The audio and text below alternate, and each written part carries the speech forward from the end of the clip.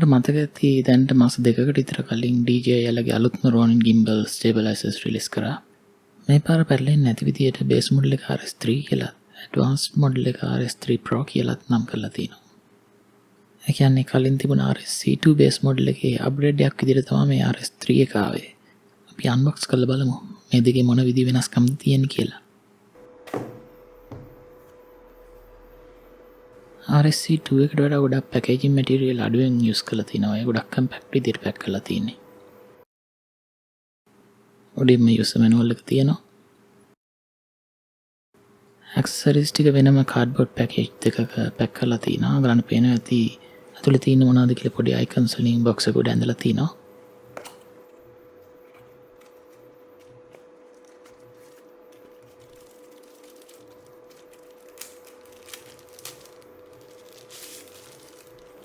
gimbal එකට fix වෙන quick release base plate එක.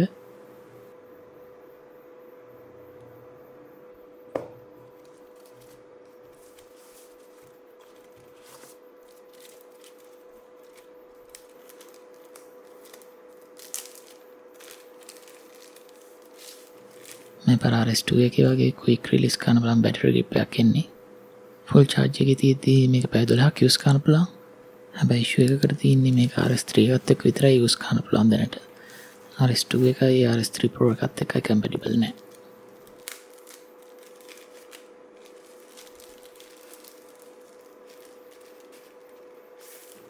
ඊළඟට extended mini tripod grip එක තියෙනවා. මේකේ නම් වෙනසක් පේන්නේ නැහැ අනිත් ඒවාට වඩා.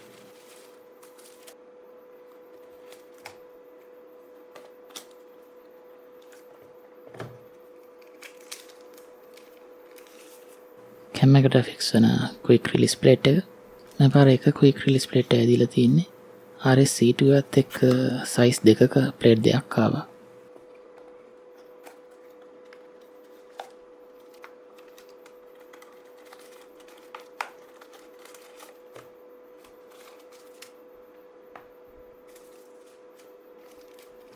RS-C2 එකත් එක්ක බලද්දි මේ පාර කේබල් උත් ගොඩක් අඩු කරලා තියෙනවා.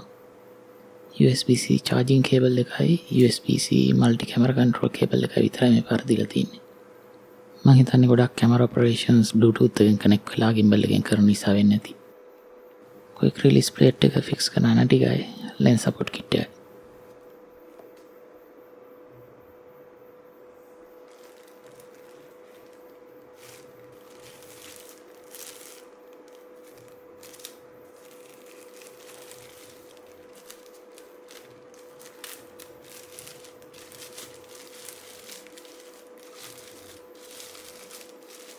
අන්තිමට තියෙන්නේ RS3 gimbal එක.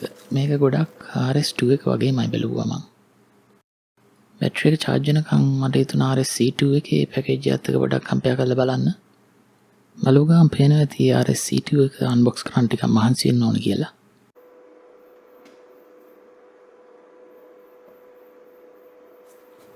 RS-C2 එකේ ගොඩක් පැකේජින් ෆෝම් යූස් කරලා තිනවා. එක අතකට DJI ලා පැකේජින් කොස්ට් එක අඩු කරගන්න try කරලා තියෙන බව පේනවා. හැබැයි අනිත් අතින් environment එක save කරන්න අනවශ්‍ය දේවල් අඩු කරන එකත් හොඳයි. කලින් මම මතක් කර විදිහට RS-C2 එකේ quick release plate දෙකක් එනවා. use කරන lens එකේ උස මහත අනුව මේක switch කරන්න බලන්න මොකද දෙකක් කොට එකක් උස විදිහට තියෙන්නේ. මම හිතන RS3 එකේ design එක වෙනස් නිසා ඒකට දෙකක් අවශ්‍ය නැතුව ඇති. ඊට අමතරව ඔයගලන්ට පේනවා ඇති හැම කැමරා මොඩල් එකකටම සපෝට් කරන විදිහට කේබල්ස් දීලා තියෙනවා මේකෙදි. RS3 එකේ Bluetooth control වැඩි නිසා ඒකට ගොඩක් කේබල් අවශ්‍ය නැහැ විශේෂයෙන්ම Sony cameras වලට. ඊට අමතරව නම් පැකේජ් දෙක වෙනසක් පේන්නේ නැහැ. අපි gimbal දෙක පස්සේ කම්පෙයාර් කරලා බලමු. මේ තියෙන RS3 box එකේ ආපු ඔක්කොම items ටික.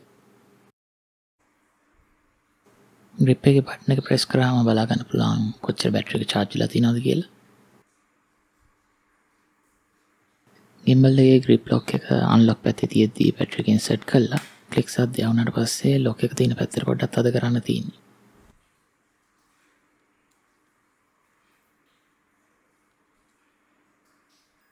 RS2 එකේ ආපු touch screen එකත් මේකට දීලා තියෙනවා.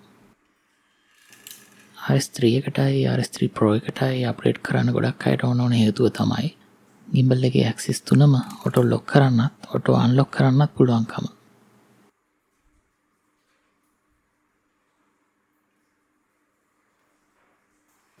ඊට අමතරව gimbal එකේ mod එක change කරන්නත් වෙනම බටන් එකක් දීලා තියෙනවා. ඒක නිසා ඉක්මනට change කරන්න පුළුවන්.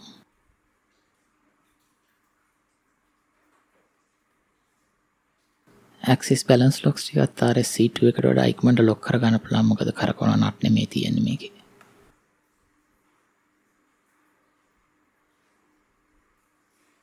අනික් buttons වල unlock වෙනසක් පේන්නේ නැහැ වගේ. battery ගලවනවා නම් මේ විදිහට unlock පැත්තට දාලා lock එක press කරගෙන ඕන ගලවන්න. DJI ලා කියන විදිහට මේකේ motors ටිකත් පොඩ්ඩක් improve කරලා තියෙනවා RS-C2 එකට වඩා. ඒ වගේම ඒගොල්ලෝ කියන විදිහට 120කින් විතර stabilization එක පොඩ්ඩක් improve වෙලා තියෙනවා. මේකේ build quality එකත් දැක ගන්න පේනවා RS-C2 එකට වඩා ටිකක් හොඳයි කියලා. Bluetooth camera control එකත් ලොකු advantage එක විශේෂයෙන්ම Sony cameras වලට. මේ පාර color touch screen එකක් දීලා තියෙන එකත් තවත් ලොකු advantage එකක්. මේක review එකක් නෙමෙයි නිසා මට ඔක්කොම cover කරන්න බැරි වෙයි. ඔයාලට වෙන questions මොන හරි තියෙනවා නම් comment කරලා අහන්න. ඉක්මනින්ම තව වීඩියෝ එකකින් හමු වෙන්න බලාපොරොත්තු වෙනවා. හැමෝටම සුබ දවසක්.